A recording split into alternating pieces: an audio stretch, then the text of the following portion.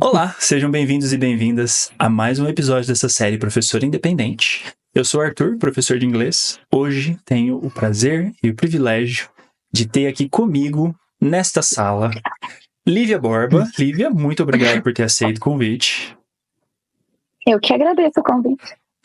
E também, nessa mesma sala, temos o prazer e o privilégio de receber Bruna Passos. Bruna, o mesmo para você. Muito obrigado por ter aceito esse convite. De nada, Arthur. Na verdade, uma honra estar aqui. Acho que, muito obrigada por ter nos convidado. E fico especialmente honrada de participar do projeto, porque tantos professores que admiro já participaram também. Então é legal fazer parte também do Professor Independente.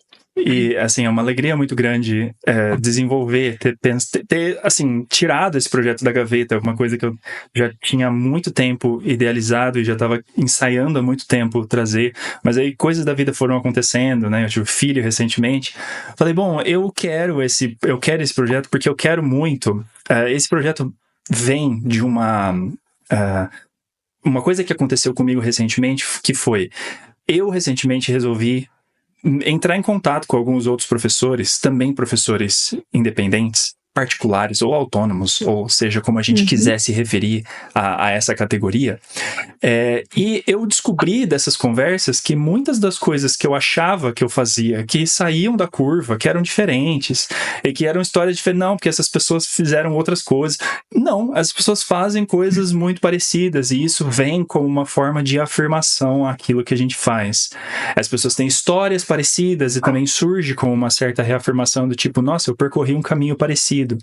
E também outras coisas surgem na forma de inspiração. Do tipo, nossa, essa pessoa faz isso e eu posso me inspirar nisso. E esse é o objetivo dessa série. A gente compartilhar as nossas histórias, as nossas estratégias, e a gente encontrar pontos em comum, de falar, pô, tô fazendo igual, tô fazendo parecido, e encontrar pontos de tipo, nossa, eu posso tentar isso também, que essa pessoa tentou, ou eu posso tentar seguir esse caminho que essa pessoa seguiu. Vamos começar falando um pouquinho da história de vocês. Lívia, de onde você vem? Para onde você vai? Onde eu vou, eu não sei, né? Mas... eu pensei muito nessa pergunta, porque, meu Deus, eu vou contar tudo. Bom, eu e a Bruna, na verdade, né? Nós somos de Porto Alegre, né? Nós duas somos daqui de Porto Alegre, somos quase vizinhas, na verdade. Eu comecei a aprender inglês muito cedo. Quando eu tinha 10 anos, a minha mãe me obrigou a estudar inglês, né? Isso é uma coisa que eu acho engraçada, que ela me obrigou, literalmente, eu não queria ir.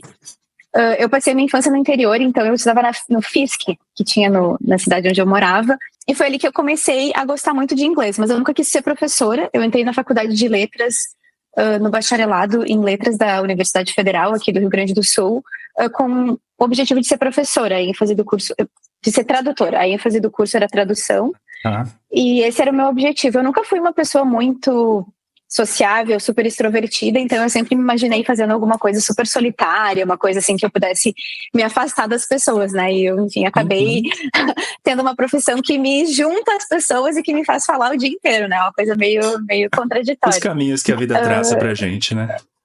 E eu acabei amando, né? Eu trabalhei com tradução assim que eu me formei por um ano e pouco. Eu trabalhei dentro de uma agência de tradução.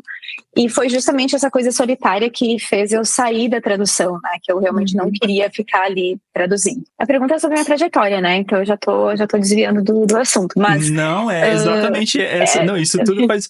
Não, é impressionante a quantidade de professores que tanto tinham a intenção da tradução no início e a quantidade de professores também realizam tradução, né? Então, realmente é um marco muito grande na história de muita gente. E aí, o que você inicialmente achou que você seria atraída foi exatamente o que te repeliu da área, que é o isolamento. Exatamente. Eu acabei... eu gosto de tradução, eu acho um trabalho muito difícil, sabe? Mas eu acabei me afastando. Na faculdade mesmo eu comecei a dar aula, eu era monitora de uma cadeira de língua inglesa, e ali eu tive meu primeiro aluno. Eu sempre vou lembrar dele, ele não era brasileiro, ele era da Guiné-Bissau, era um aluno de intercâmbio, e o nome dele era Tito, e eu nunca vou esquecer dele, que ele foi meu primeiro aluno. E ali eu comecei a dar aula, foi em 2010, por aí, então já faz bastante tempo, né? Se eu puder perguntar uma coisa, qual que você reconhece que era o seu nível de inglês na época que você começou a dar aula? Eu comecei, inclusive recentemente eu assisti algumas das conversas que tu teve com alguns professores, e eu acho que foi a Gabriela Frois que falou também alguma coisa desse tipo. Eu já tinha o C2 em 2000 e... Eu tirei o C2 muito cedo, assim, né? Tá. Eu fiz essas provas ali, o C1 e o C2. Agora é tudo meio assim, mas ali quando eu tinha 20 e pouquinhos, então... Eu já tinha um nível bem bom de inglês e o curso de letras com certeza me fortaleceu, assim, o meu inglês, né? Porque o curso de tradução, a gente literalmente pegava um dicionário e traduzia as coisas na aula, sabe? Com um dicionário. Então era bem... o inglês eu acho que me desenvolveu bastante ali na época da faculdade, sabe? Mas é uma exceção, né? Desculpa. Mas acho que é uma exceção, né? Então, pensar... Eu também assisti algumas entrevistas aqui, acho que a gente, né? A maioria dos professores não inicia com um nível tão alto, né? Eu mesmo comecei a dar aula, eu era um B2, eu não tinha nenhuma confirmação, mas olhando, eu tenho gravações das aulas, eu dei aula no CCAA e eu tenho gravações das aulas que a gente dava. E olhando meu inglês, eu falei, gente, eu jamais assisti. Que B2! Eu também não, meu Deus, não. Enfim, então a minha trajetória como professora começou ali. E uma coisa que eu sempre falo, eu já postei no Instagram, assim, que eu tenho uma relação meio on and off, né? Eu tinha com o ensino de línguas, né? Eu demorei muito a assumir que era isso que eu ia fazer como uma profissão. Então, ao longo aí dos anos, eu dei aula em escolas de inglês. Inclusive, eu e Bruna trabalhamos juntas no NELI, que é o núcleo de extensão de línguas estrangeiras da URGS. A gente foi colega lá, inclusive, até acho que recentemente a gente achou a nossa primeira conversa, né, Bruna? Uma vez eu disse, olha só, a gente falava no Facebook, a gente nem lembrava, assim. Em 2000, e eu já tô perdida até lá, 2014, por aí. Mas eu tenho uma relação, eu tive uma relação meio conflituosa com o ensino, assim. Eu venho de uma família de concursados, pessoal mais da área do direito, e eu sempre achei que essa era a profissão, sabe? Então, eu, inclusive, ao longo dos anos, faz muito tempo que eu comecei a dar aula, mas eu tive pausas, né? Eu trabalhei com tradução, eu fiquei 1 ano e meio fazendo curso de direito também. Teve um momento que eu entrei numa crise e eu parei de dar aula completamente, estudei para concursos. E então demorou, assim, até eu resolver que, não, eu quero dar aula, é o que eu gosto de fazer. É difícil, né? Mas o que não é difícil na vida, né? Então é isso, assim, eu passei os últimos 15 anos, digamos assim, indo e vindo com o ensino. Eu fiz uma especialização em ensino e aprendizagem de língua inglesa, era o nome do curso, porque eu tenho um bacharelado em letras, eu não tenho licenciatura, então eu complementei com essa especialização. E depois, mais recentemente, quando eu decidi que eu ia fazer isso, que esse ia ser o meu trabalho, de fato, eu fiz um mestrado em linguística que eu terminei em 2021. Então, eu acho que esse, assim, é um resumão da minha trajetória, assim, com o ensino, assim, de línguas, né? É sempre muito difícil, né, fazer esses resumos das nossas trajetórias. É, muito resumão, né? Muito resumão.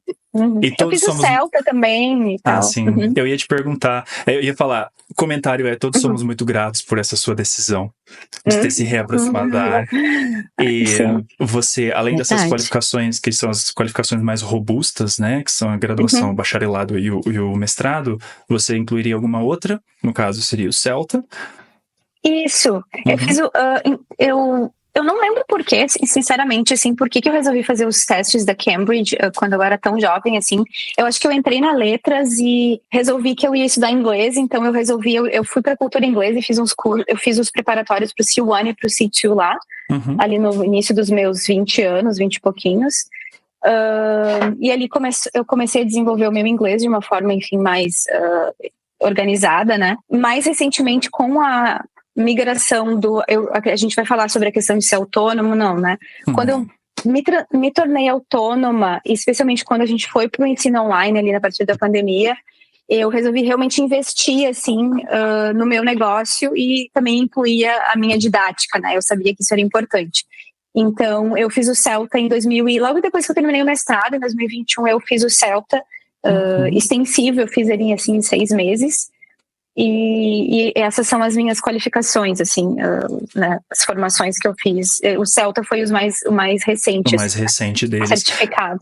E só uma última pergunta para a gente encerrar a sua apresentação da sua trajetória. Qual é que foi o tema da sua pesquisa? Então tem outra questão interessante, né? Por 2 anos eu trabalhei numa escola aqui em Porto Alegre que foca no ensino de inglês para idosos, não idosos, naquela escola era o foco para alunos acima acima de 50 anos. 50 anos. E eu me interessei muito pelo assunto, eu gostava muito de trabalhar nessa escola, assim. E o meu mestrado foi focado no processo de ensino-aprendizagem para alunos idosos. Daí eu foquei só em alunos que têm mais de 65 anos. Então, a minha pesquisa foi legal. Entrevistando aprendizes de línguas para entender quais são as questões psicológicas, questões cognitivas que estão envolvidas ali no aprendizado deles, né? O que levou eles, também motivação. Então, esse foi o meu foco de pesquisa no mestrado. E você, Bruna? Qual é que foi a sua trajetória até hoje? Para mim, na verdade, foi um pouquinho diferente, assim, comparando, ouvindo a Lívia. Eu venho de um outro lugar, assim, eu venho de uma família de professoras. Então, eu cresci dando aula pro meu irmão. A primeira pessoa para quem eu dei aula, na verdade, foi o meu avô, porque meu avô, ele não sabia ler e escrever completamente, assim. Então, ele via que eu tinha muito interesse, sim, em ler e em estudar. Então, ele me pedia para que a gente estudasse juntos e foi a primeira pessoa para quem eu dei aula. Então, eu fazia ditados com o meu avô. Sim. E para mim, assim, na verdade, a docência foi uma coisa que eu tentei escapar. Então, eu me lembro que eu sempre tive aquele contato. Então, a minha mãe, por exemplo, na época que ela fazia o magistério, eu estava junto com ela, trabalhando nos materiais. Então, eu via minha mãe passar por esse processo.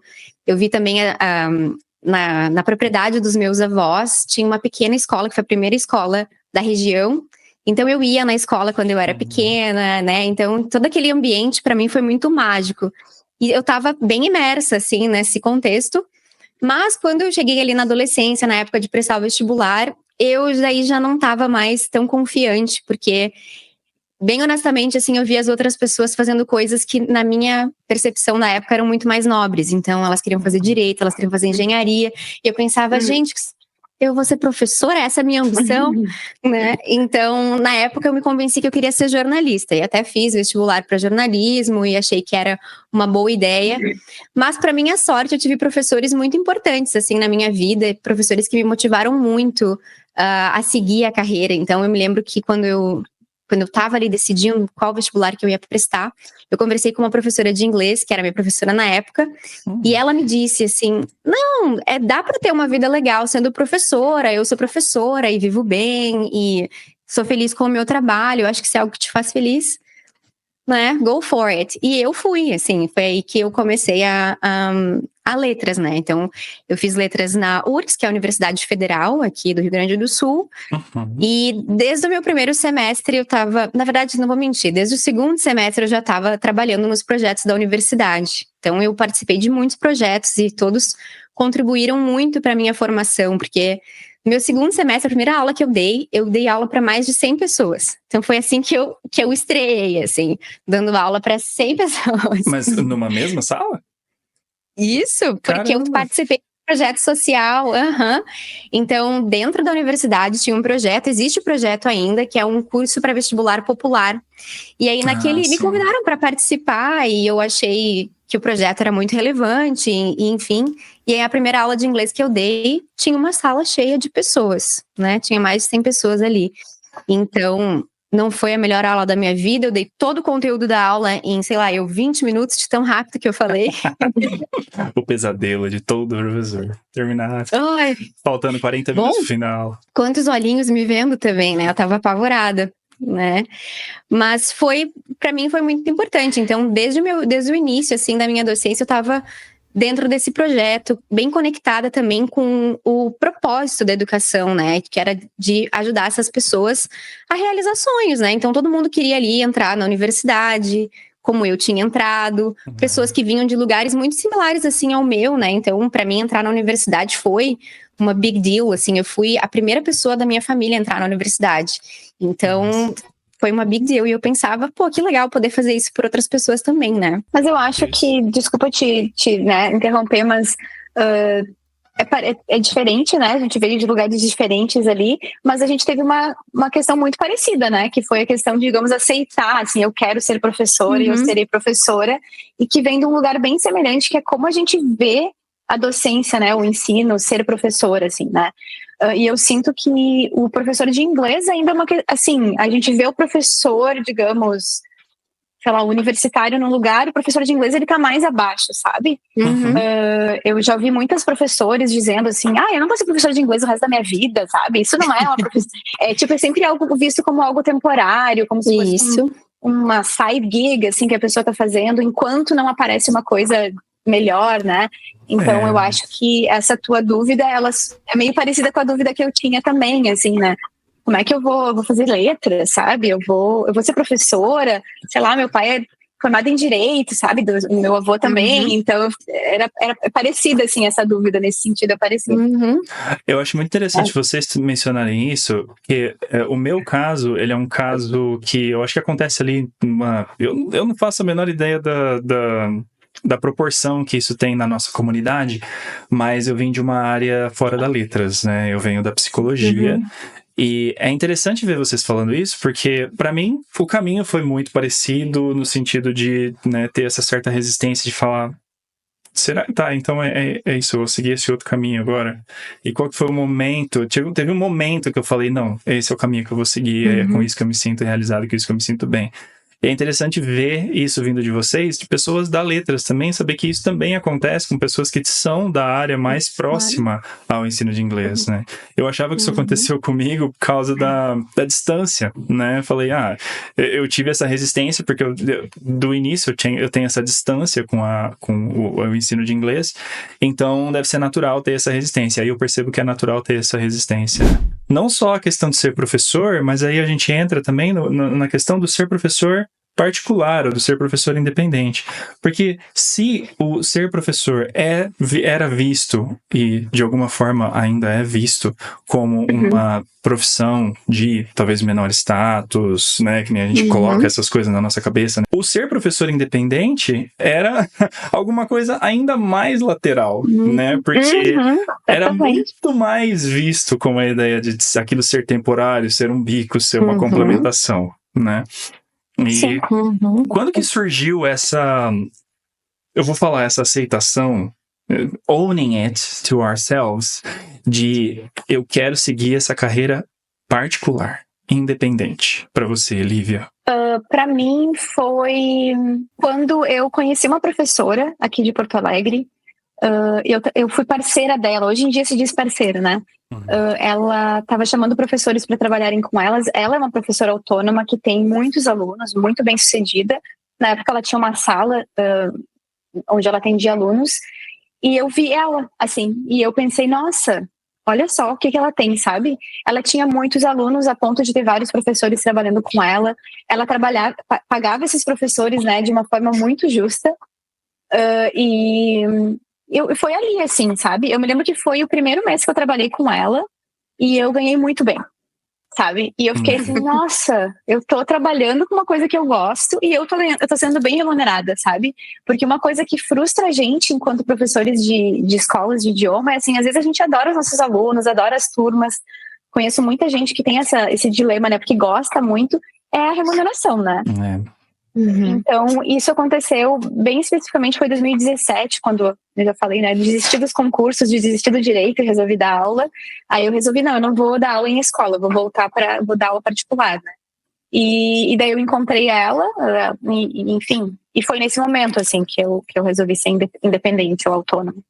Ela foi esse nudge que você precisava aí para seguir essa trajetória. Sim, eu fiquei 3 anos trabalhando com ela. 3 anos, legal, legal. E para você, Bruno? Para mim, eu acho que depois que eu terminei o mestrado, então eu trabalhei basicamente em projetos da universidade até que eu concluí o mestrado. Depois daquilo ali, eu comecei a trabalhar numa escola daí como seletista. Foi meu primeiro trabalho formal, assim, que não era uma bolsa, né? E para mim foi muito bom trabalhar ali naquele ambiente, porque, enfim, meu primeiro emprego, e eu aprendi muito da rotina escolar ali naquele lugar. Mas chegou um momento da minha carreira ali que eu percebi que eu não tinha muitas perspectivas, assim, nem de, por exemplo, uma remuneração melhor, e nem de desafios também. Então, eu achei que aquele ambiente estava limitando o meu crescimento profissional de modo geral, assim. Então, foi aí que eu decidi sair da escola e me dedicar mais a isso. Mas para mim foi um processo. Então, eu comecei com aulas particulares primeiro e fui aos poucos fazendo essa transição até que chegou um momento em que eu tinha só os meus alunos favoritos nessa escola e eu tinha, né, eu resisti muito a dar adeus para eles, porque eu gostava muito daquele ambiente com eles, assim.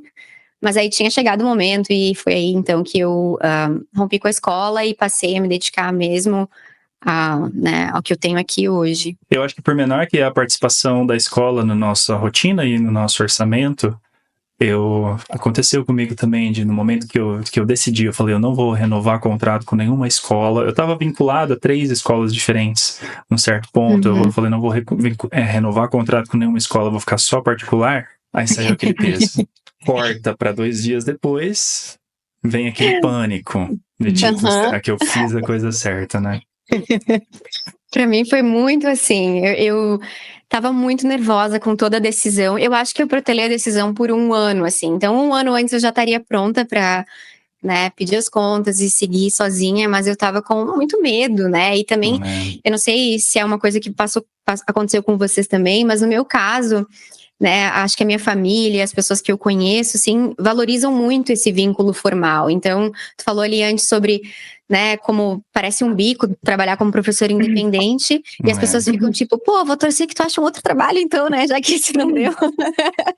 Né, mas na verdade foi uma escolha, né, sair da escola e ter esse trabalho, mas, né, trabalhar para mim mesmo. Mas, né. Não, é bem isso. As pessoas ficam te perguntando, falam, e aí, você... né? Às vezes manda um link de um concurso e fala, encontrei esse concurso aqui, olha que legal. Não sei se eu já recebi. Bem normal acontecer.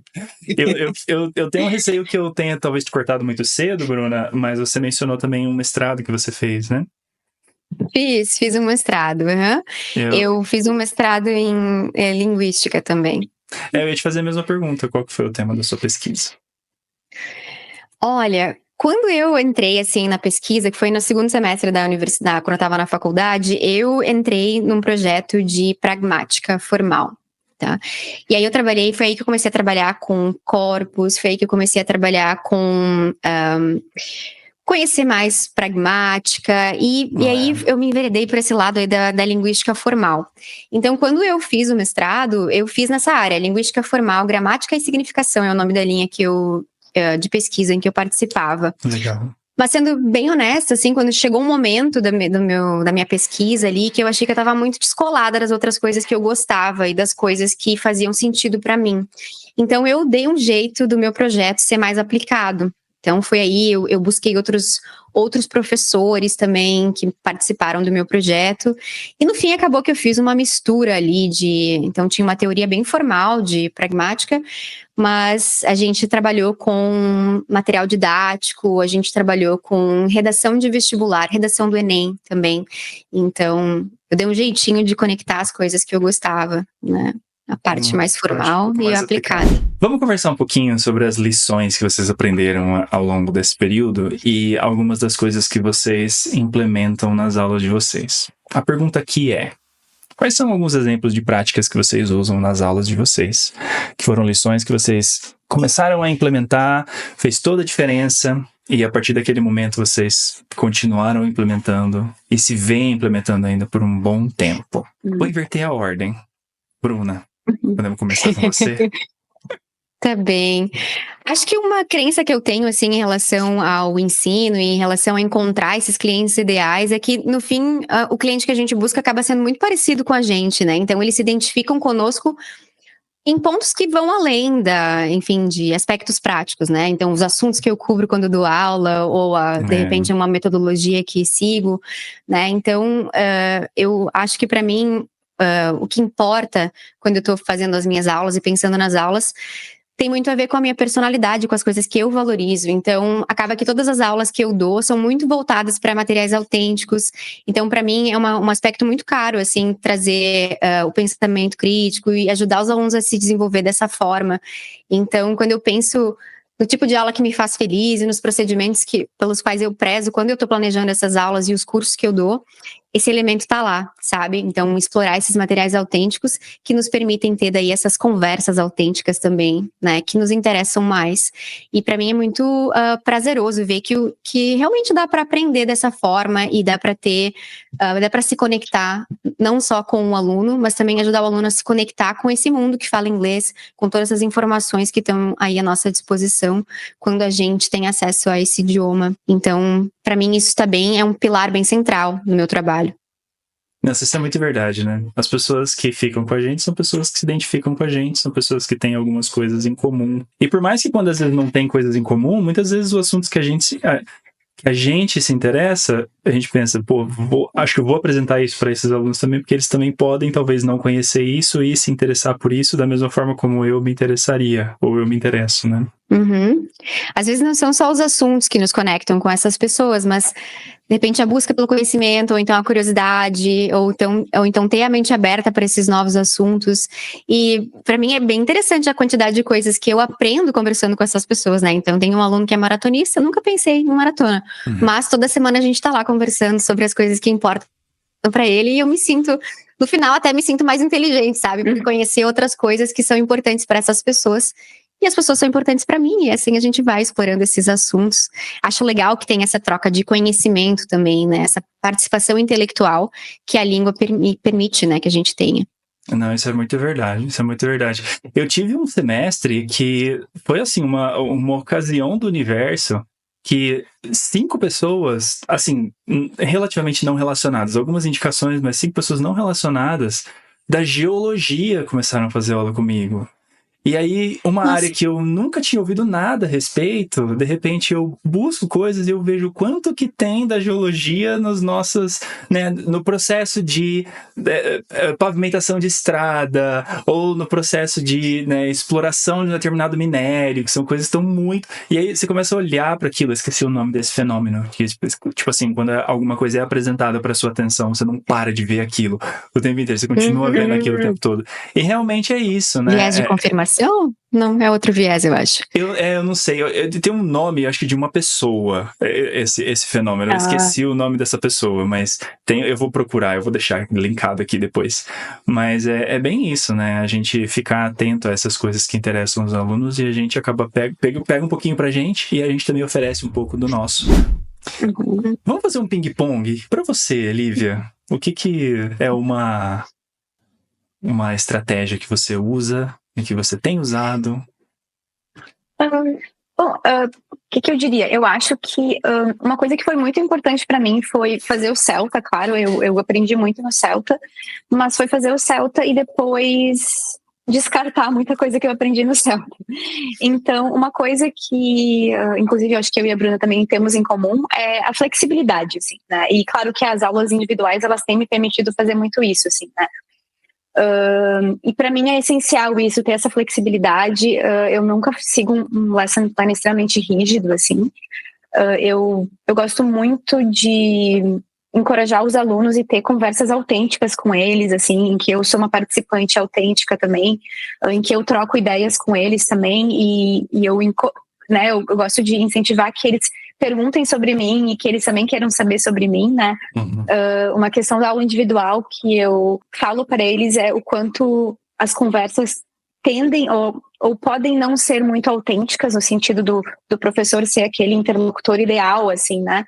Uhum. E dos alunos esperarem muito da gente e o que vai acontecer agora, né? Tipo, a gente guia a conversa, Exato. né? Então eu gosto muito de transformar essas aulas individuais em conversas reais, assim, em que a gente realmente estejamos os dois no mesmo, digamos, patamar, assim, nós somos os dois interlocutores, estamos os dois conversando, e eu acho que isso torna as aulas, assim, muito flexíveis e os alunos, eles se sentem muito livres para realmente terem conversas comigo, assim, né? Eu acho que isso é uma coisa essencial, né? E daí isso se conecta a outras coisas essenciais nas aulas, que são um foco muito em Emergent Language, né? Que é um conceito que eu fui abordando e explorando quando comecei a estudar mais sobre Dogme LT, Lexical Approach, né? Essas abordagens. E a outra questão que eu acho que eu até falei antes, que é o quanto eu sou organizada enquanto professora, assim, né? Uma certa liberdade na condução da aula, ela exige que eu me torne meio organization freak, assim, né? Então, uma coisa essencial para mim é que toda essa aula que acontece no meio de uma conversa, né, que emerge dessa conversa, esteja muito lindamente organizada num documento, assim, sabe? Então isso para mim é essencial e parece uma coisa tão simples, mas eu levei anos para chegar onde eu tô agora, no que é o meu documento, que ainda não é ideal, talvez nunca exista o documento ideal, né? Mas em termos de organização de anotações, para o aluno visualizar que aquilo sim é uma aula e que uma aula ela não precisa ser necessariamente a unidade 3 do livro tal, né? Ela pode ser também oriunda de conversas e de momentos espontâneos e de um artigo que a gente começa a ler durante a aula porque se conectou com aquele assunto que a gente estava falando, né?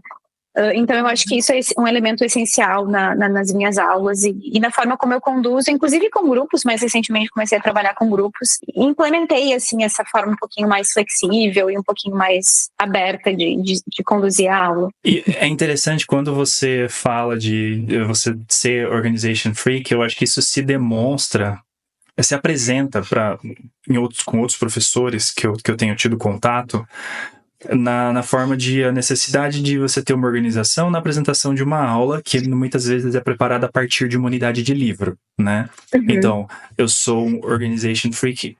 Eu me identifico como organization freak porque eu gosto de ter todos os segmentos da aula organizados, eu tenho que apresentar isso nessa sequência e acho que está um pouco mais relacionado a control freak, né? Eu querer controlar os elementos da aula, né? Mas tá ligado ali, né? Tipo, essa sensação às vezes meio desconfortável que a gente tem quando a aula a gente não segue o nosso lesson plan, tem a ver com a nossa... eu não controlei, né? Não cheguei. Eu tinha uma angústia, assim, eu vou compartilhar, assim, eu tinha uma angústia muito grande e que foi o meu... Até tem uma palavra agora não me vem. Eu passei no Celta, né? Mas eu não conseguia o A, nem o B, né? O Pass. Porque eu não conseguia terminar uma aula, sabe? E isso pra mim sempre foi... O tal de time management, Isso pra mim foi assim, meu Deus, eu não chego no stage, sabe, naquele último estágio da aula, que eu tô fazendo de errado, sabe?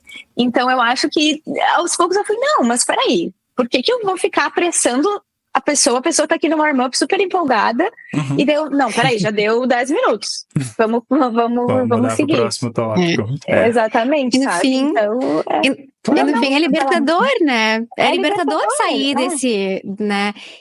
A gente comentou ali que eu me conecto também com essa parte de trabalhar como forma mais flexível, de valorizar a contribuição do aluno. E no fim é libertador. A gente se sente também um pouco mais fulfilled, I think, eu acho, né?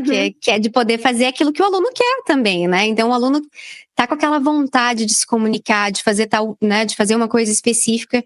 E acho que é bem satisfatório ver que quando a gente reduz o ritmo, talvez não precisa chegar a fazer todos os estágios, né? Como a Lívia comentou, né? Quando a gente ajuda o aluno da forma como ele precisa, a gente também tem resultados muito bons, né? E que isso também tira um pouco a pressão de a gente ser perfeito, né? Então tem que passar por todas as etapas, eu acho que pra mim, uma coisa que eu sinto, assim, às vezes, uma coisa que eu sinto é isso, bom, o aluno quer chegar lá no nível avançado, então eu tenho que cobrir todo esse conteúdo aqui, né, então é uma pressão na gente, né, e acho que muitas vezes a gente se frustra porque a gente não consegue controlar, né, o resultado do aluno, né. Essa parte aí não cabe a nós. Eu acho que isso que Lívia comentou que fez, talvez foi uma canalização dessa necessidade de ter o controle dos elementos da aula para uma necessidade de organizar o que aconteceu na aula e mostrar que aquilo que aconteceu não foi só um bate-papo. Tem muita coisa que aconteceu ali que foi... Qual que é a palavra? Deliberada. Que foi... eu não sei se é a mesma coisa no português, mas que foi intencional que aconteceu e que tem uma função de ter acontecido e que pode ser aproveitado, né? E essa organização pós-aula é uma coisa que ajuda também o aluno a perceber, e muitas vezes ajuda a perceber, tipo assim, nossa, isso tudo foi baseado no que eu falei, olha como eu contribuí, e eu participei, e eu... E eu tenho tem aqueles momentos que nos marcam, assim, né? Então, teve um aluno que uma vez terminou a aula e ele falou assim, I loved our chat today. E eu... Chat, sabe quando fica assim, chat? Não é, a gente não foi uma conversa, sabe? Então, eu acho que também veio disso, assim, ele falou isso. Então, eu acho que eu tenho que me organizar melhor, sabe? Eu acho que não tá bem claro que... Mas por outro lado fica aquilo do tipo, poxa, eu fiz um trabalho de uma forma tão leve que ele não, quase talvez não percebeu que a coisa tá, não sei, acho que pode ser visto das duas formas, né? Tem os dois lados. Verdade. Bruna, qual que você acha que é o caminho de um professor que hoje é um control freak, que quer ter o controle de todos os elementos da aula e quer dar um primeiro passo no sentido dessa libertação, do tipo, quero abrir um pouco mão do controle e quero dar um primeiro passo para ser um pouco mais, lidar um pouco mais com emergent language, lidar um pouco mais com o que o aluno apresentar? Eu acho que é um processo difícil, assim, de modo geral, especialmente pela forma como a gente é treinado, né? Então, a gente é treinado para seguir passos, então, é treinado a trabalhar com um livro, seguir aquelas tarefas na ordem em que elas aparecem. Mas eu acho que se eu for sugerir um primeiro passo, seria simplesmente aceitar as contribuições do aluno. Então tem aquele exemplo que eu adoro, que é, não sei se vocês leram, eu sei que a Lívia leu o Teaching Unplugged, né, que é a historinha lá do Jorge, que ele casa, ele conta pra professora, eu casei ontem, e a professora, que legal, abre um livro na página 23, né, então, né, a professora ali perdeu uma oportunidade de... Perdeu a oportunidade de falar, né, pelo menos de aceitar a contribuição ali do aluno. Então, eu acho que esse é um movimento interessante, né? Então, aceitar aquilo que o aluno traz e trabalhar um pouquinho em cima daquilo, né? Então, no caso da Emergent Language, a gente pode observar tanto aquilo que o aluno falou, que é assim, que vale a pena comentar com ele, que vale a pena dizer, olha que legal isso aqui que tu disse, vamos expandir isso aqui um pouquinho, e também oferecer ali sugestões, né, que de repente estão mais a ver com o nível que o aluno quer alcançar, né, então acho que estar aberto para essas possibilidades faz com que a aula seja mais prazerosa e acho que também ajuda o aluno a chegar mais rápido no objetivo dele, né? Então a gente está não só ouvindo ele mais, mas também ajudando exatamente no momento em que ele precisa, oferecendo, né, ali as formas, né, na hora que ele precisa. Diria que é isso. E queira ou não, isso é um trabalho de language awareness muito extensivo, né? Bastante extensivo da parte do professor, pro professor, né? Tá querendo... Essa é a dificuldade, eu acho, de trabalhar de uma forma mais reativa, né? Então, eu vejo que eu me desenvolvi muitíssimo nos últimos anos por causa disso. Então, tu precisa, eu acho, se preparar de uma outra forma e tu precisa estar preparado para o que não dá para se preparar, né? Que é que a gente não sabe o que o aluno vai trazer, a gente não sabe exatamente onde que estão aquelas lacunas de aprendizagem, mas... eu me preparando e eu trabalhando no meu próprio desenvolvimento linguístico, eu consigo oferecer para o aluno essas coisas ali on the spot. Mas realmente é a parte desafiadora, eu acho. Pois é. Lívia, o que tem nessa organização sua que você apresenta para os alunos? É muito simples, né? Eu uso um Google Doc, né? Um documento do Google ali, e aí entra a Lexical Approach, né? Foi assim que ela entrou foi um dos motivos pelos quais ela entrou na minha vida, né? Eu faço sempre anotações em chunks, né? Então, não são palavras soltas, né? Não são palavras soltas, a gente vai sempre explorando collocations, né? Então, eu uso chunks, eu uso um Google Doc e eu sempre uso tabelas. Eu uso caixinhas, assim. Então, cada aula tem a sua caixinha, tem o tópico da caixinha e os core chunks relacionados àquela atividade que a gente fez ou aquele texto que a gente leu. E também tem uma caixinha, assim, de homework. Então, é super simples, é um documento branco ali, tem o link do Zoom, tem a data da aula e é só isso, né? E daí a gente vai construindo a aula juntos e também eu trago, claro, outros materiais e tudo mais, mas fica tudo linkado no mesmo lugar, assim, né? Então o aluno, ele consegue achar rapidamente, assim, onde é que tá o homework dele, ele consegue achar o que a gente fez naquela aula, quais são as anotações.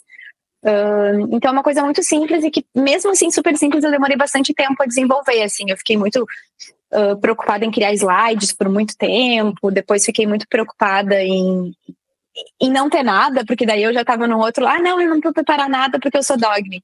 Daí eu já fazia anotações muito perdidas, assim, sabe? Então acho que agora eu tô num meio termo, assim, mais interessante. Não, e realmente. Eu fiz essa pergunta de propósito porque eu acho que também é importante professores ouvirem de outros professores mais experientes que a gente não precisa de muita coisa, né? A gente precisa saber o que é essencial e o que é... Não é supérfluo a palavra, porque supérfluo é pesado, né? Mas o que é opcional, né? O que é essencial, o que é opcional. E eu sou... eu vou falar assim, eu respeito slides. Eu não gosto. Eu não gosto de jeito nenhum. Eu não tenho paciência para slides, assim. Não que eu não gosto de... Quando eu recebo uma aula organizada por slides, ótimo, tranquilo. Tô disposto, tô aberto, tô feliz de estar ali. Agora, eu não gosto de preparar slides para uma aula. Eu prefiro muito mais preparar um documento corrido. Depois que eu aprendi a mexer no Google Sites, as minhas aulas, elas estão no Google Sites. E o Google Sites, eu consigo sequenciar elas. Inclusive, eu até consigo controlar caixas expansíveis, assim, do que aparece em qual momento. Então, a partir do momento que eu conseguir organizar aquilo, eu realmente não... eu passo a coisa... Então, e essa é a reação, mas é uma coisa tão simples, e assim, comparativamente a um slide, é infinitamente mais simples. E eu acho que foi um pouco da minha libertação de falar, não preciso de ficar fazendo todas essas coisas, porque eu dei aula numa instituição que usava flipcharts, né, que eram aquelas lousas digitais e tal, e aí de repente eu fiquei na minha cabeça tipo, meu Deus, será que eu devia estar organizando isso? E às vezes não, às vezes uma organização simples, as informações mais essenciais, uma coleção de informações mais essenciais, mas bem organizadas, né? Acho legal também do Google Docs que, assim, comparando com os slides, é que o aluno participa um pouquinho mais. Então, eu também fazia slides bonitos, essa parte, assim, me encanta. Slides bonitos, amo. Mas não é prático, né? Então, pra gente fazer, não é prático. E também eu acho que o aluno acabava ficando numa posição mais passiva, assim, que era admirar o meu slide bonito. Então, com o documento, eu acho que tem uma outra interação, né? Então, a gente pode dizer, abre aí o documento, escreve, né? Eu acho que isso também tira o aluno um pouco dessa posição passiva, que às vezes ele fica na aula individual, como a Lívia ali comentou, que a gente é o parceiro ideal, né? Então, a gente faz tudo, puxa o assunto, anota para ele, né? Então, acho que... Mas é verdade, né? Então isso é uma coisa que eu venho tentando mudar, né? De fazer o aluno ser um pouquinho mais participativo, né? Assim, dentro do possível. É sempre aquela frustração, meu Deus, é assim, o aluno tá fazendo aula do computador da empresa. Aí eu mando o link do Docs. Vamos trabalhar junto nesse link? Teacher, não tá abrindo. Ai, que tristeza. Tá bom, eu compartilho minha tela, mas tudo bem. Perdemos uma oportunidade. Mas é isso. É um dos motivos que eu também tenho resistência aos slides, de tipo, tá bom, o aluno, eu posso ensinar o aluno a anotar aqui, a fazer as anotações, tipo assim, eu posso ensinar ele a marcar, eles ficam brincando na tela. Ótimo, mas, né, talvez não seja o ativo suficiente da forma como eu, né, tô querendo propor que aquela aula seja. Na verdade, eu usava slides de forma interativa, assim, né, eu tirava print do livro que eu usava e colocava caixinhas de texto, ou colocava sempre um lugarzinho para o aluno escrever, e os alunos abriam os slides e escreviam da mesma forma que eles usavam no Doc. Então, dá para fazer também, né. Eu acho que o Doc, ele também só, sei lá, simplifica muito pra gente, né? E aquela coisa assim, o que eu sinto é que, na verdade, o aluno não tá tão, assim, nossa, preocupado se a aula tem cores diferentes, se a gente tá na nossa paleta, se tá bonito, né? Então, esse isso azul foi uma coisa tá diferente, teacher. Esse azul tá fora, acho que... visual da teacher. Então, eu acho que isso aí foi uma coisa, assim, que foi que eu até...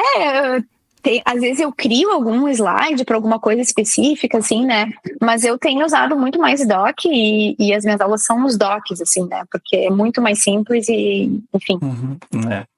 Só para dizer que os slides também podem ser editados pelo aluno, né? Eu fazia isso, mas realmente é uma coisa muito mais trabalhosa, né? E quem tem o talento da comunicação visual, vai fundo.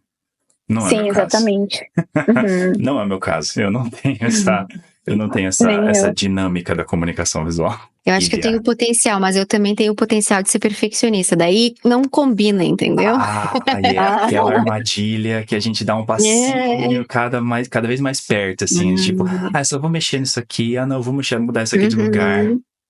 É bem A isso. Lívia fez comigo ali, né? O workshop, ela sabe. Eu sei. Sorte minha, os slides ficaram lindos.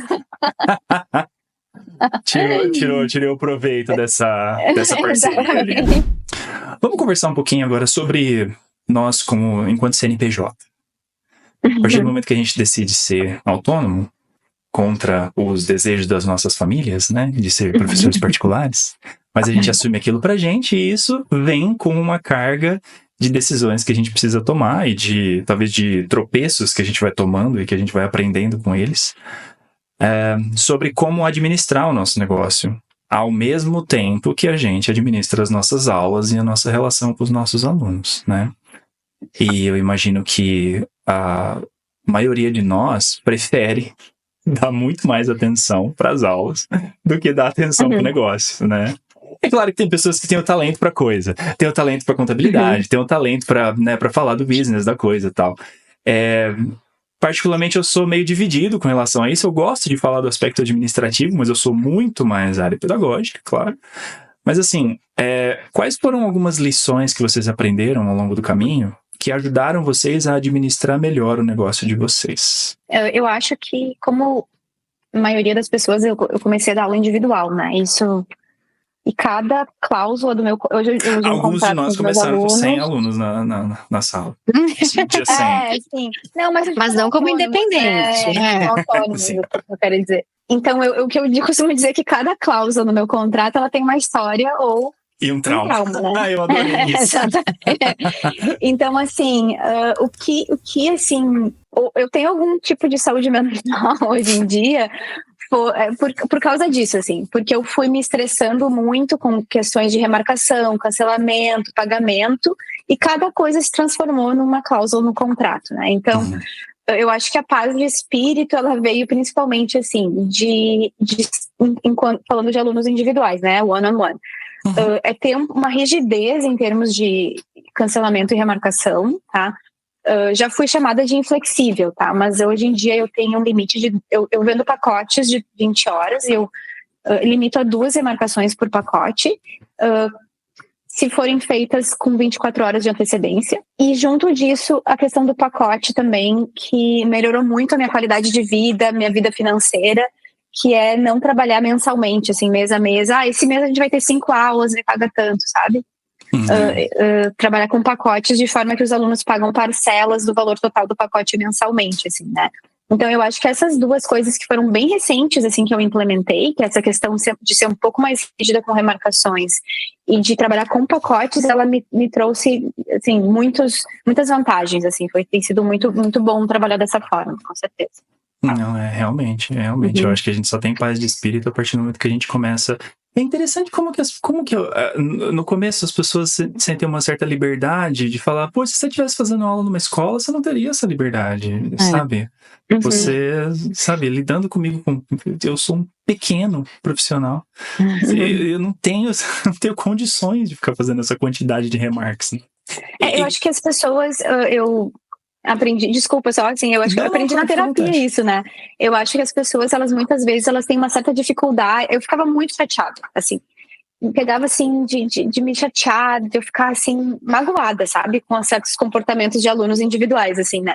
Mas eu acho que pensando do lado deles, as pessoas eles não têm essa compreensão às vezes de como é o trabalho de uma pessoa autônoma, de um professor autônomo, e às vezes é isso simplesmente, né? Que as pessoas não têm trabalham de outra forma. Né? Talvez tenham esse emprego mais assim 9 to 5, assim, que, né? E não conhecem, então às vezes é uma questão da gente explicar também, né? E tudo mais de como é que funciona a nossa vida, né? É muito interessante isso, porque recentemente eu mencionei para uma aluna minha, ela tem um desses trabalhos 9 to 5, assim. Eu mencionei para uma aluna minha que já tá fazendo aula comigo, vai fazer 4 anos e meio que nós estamos juntos. E eu mencionei pra ela, eu tava dando um desabafo, assim, falando, nossa, eu não sei o que é ter uma noite livre, sem aula, eu já tenho uns 10 anos. E ela arregalou o olho, assim, falou, como assim? Falei, eu dou aulas todas as noites da minha vida há 10 anos. E assim, eu já cheguei a parar 10 horas, 10 e meia da noite, não faço mais isso, não tenho mais condições de fazer isso. Mas eu ainda tenho noites que eu vou até as 9, 9 e meia. E realmente é isso. E não é pela maldade, né? É simplesmente porque aquela pessoa tá com você por 1 hora, 1h15, 1h30 toda semana. E acabou, ela vai voltar a cuidar da vida dela. Ela realmente não para pra pensar naquelas coisas, né? Essa comunicação que a gente faz via contrato é uma forma de fazer as pessoas entenderem isso, né? Sim, Você tem muita razão. Pra você, Bruna. Interessante. Acho que tem vários pontos, assim, de contato com o que a Lívia falou. E pra mim, acho que o que foi mais transformador foi... Lembra que eu falei antes que eu trabalhava na escola e fui fazendo essa transição, né? Então, eu fui aumentando o meu número de alunos particulares e fui diminuindo a minha carga horária na escola. Então, para mim, foi muito importante tomar várias medidas que formalizavam mais o meu vínculo com o aluno. E nesse sentido, assim, fui muito sortuda de sempre ter a Lívia de irmã mais velha, nesse caso, né, Lívia? Conta aí pra mim o que tem que fazer agora. Foi meio que de consultora nessa história de mentora. Exatamente, exatamente, porque a Lívia sempre teve, assim, um passo à frente, né? Então, sempre tive sorte de poder contar com a ajuda dela. E, então, muitas dessas coisas que a Lívia mencionou, assim, de se tornar mais rígida, foi um processo que eu fiz também. Então, para mim foi muito importante o momento em que eu comecei com contratos e com o sistema de boletos. Achei revolucionário, assim, o sistema de boletos. Os boletos, exatamente, porque... Bom, eu passava por todo aquele conflito, aquela fricção, na verdade, assim, de ter que mandar mensagem. Oi, fulano, vamos ter 5 aulas, tem que pagar tal dia. Chegava o dia, tem que dizer, não recebi o Pix, pode conferir aí. E são coisas que acabam deixando o nosso dia com mais tarefas, mas também eu acho que tem essa parte emocional, né? Então eu também me sentia insegura, me sentia irritada, pensava ali que a pessoa, de repente, não me respeitava até, né? Então são os pensamentos que a gente tem, né? Se todas as pessoas decidirem me pagar atrasado, né? Tem esse ônus. Não é justo que eu tenha que arcar com os ônus de todas essas pessoas. E, claro, é uma coisa que a gente vai também trabalhando para que a gente amadureça e não pense dessa forma, né? Mas o contrato e o boleto realmente ajudam muito nisso, né? Então, eu tenho contrato com os alunos, o contrato também formaliza, não só formaliza, mas também limita o que cada parte tem que oferecer, né, é obrigado a fazer, os direitos e os deveres, né, mas os boletos realmente muito bom. Então, especialmente para emitir notas fiscais, a gente faz tudo para ti, sim, para mim foi é algo que eu recomendo muito, assim, para quem tem um volume maior de alunos, ou para quem gostaria de formalizar um pouco mais o vínculo, porque além da organização, tem a parte da previsibilidade financeira. Então, por exemplo, te permite sair de férias, e o dinheiro vai caindo ali na conta certinho, né, sem a parte administrativa de ter que contatar o aluno. Então, essa parte para mim, assim, foi realmente revolucionária.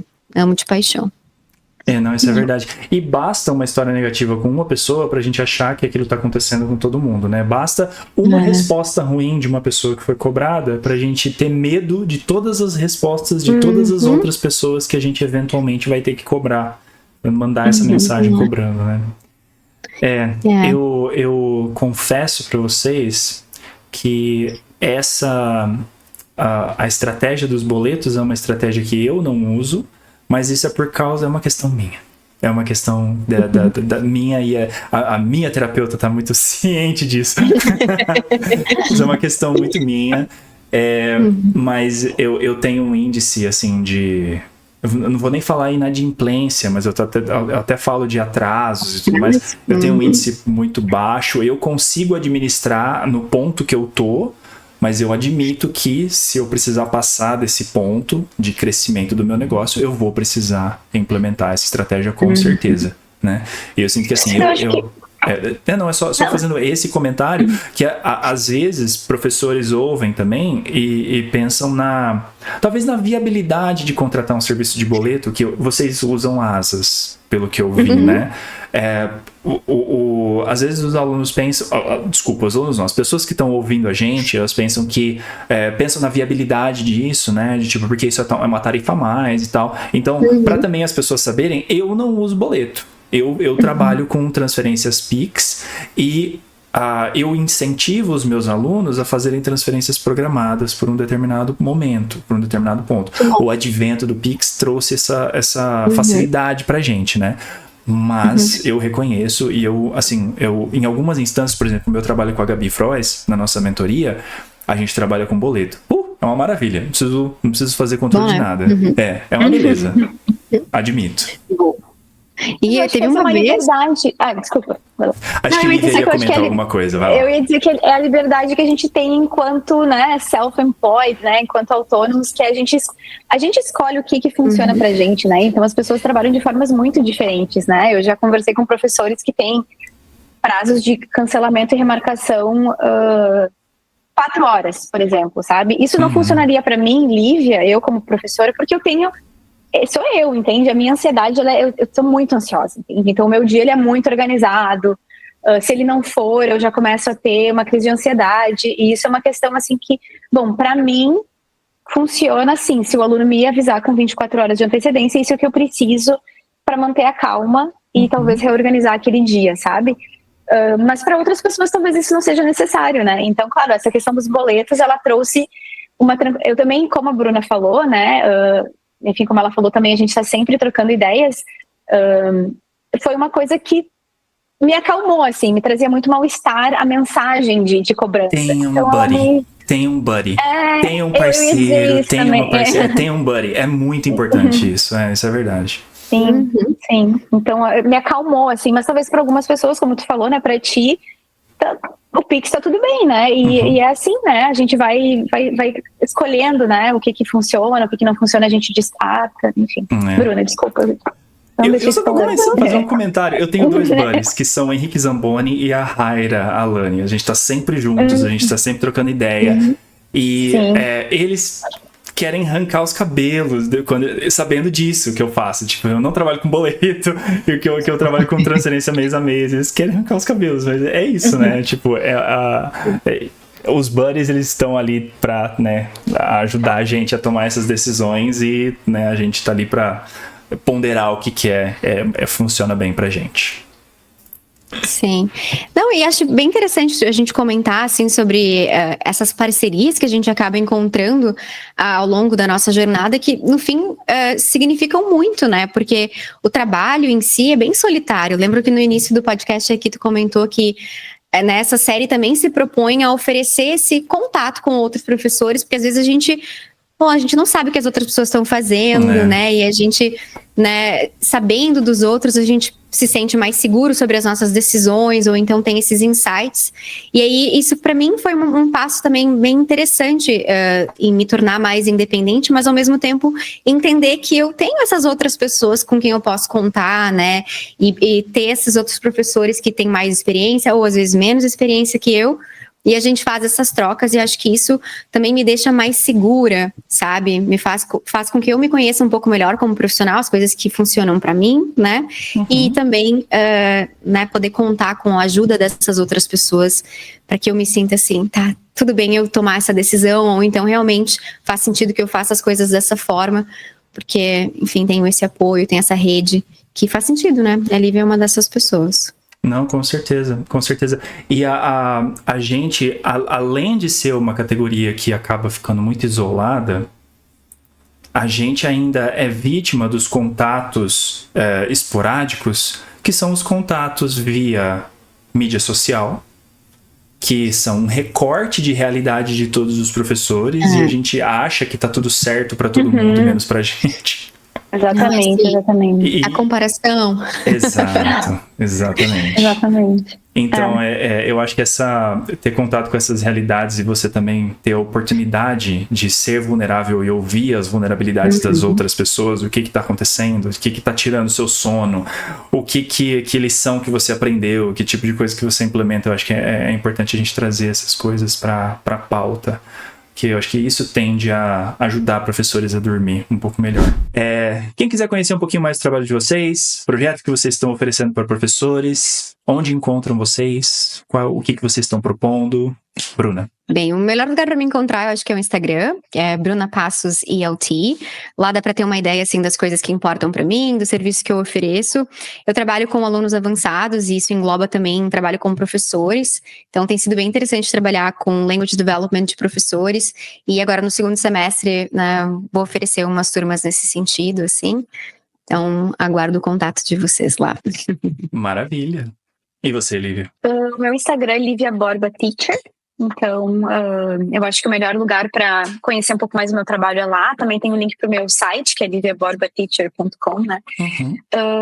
E agora, no segundo semestre, eu trabalho com alunos intermediários e avançados. Eu estou começando com turmas de alunos de General English intermediários, desculpa, B1 e B2. Então, eu vou começar com turmas agora no segundo semestre, e também trabalho com professores. Estou oferecendo cursos, né? Então, agora no segundo semestre, principalmente um curso de C1 para teachers, que as inscrições estão abertas. E com certeza lá no meu Instagram tem todas as informações. Maravilha! Can't thank you enough.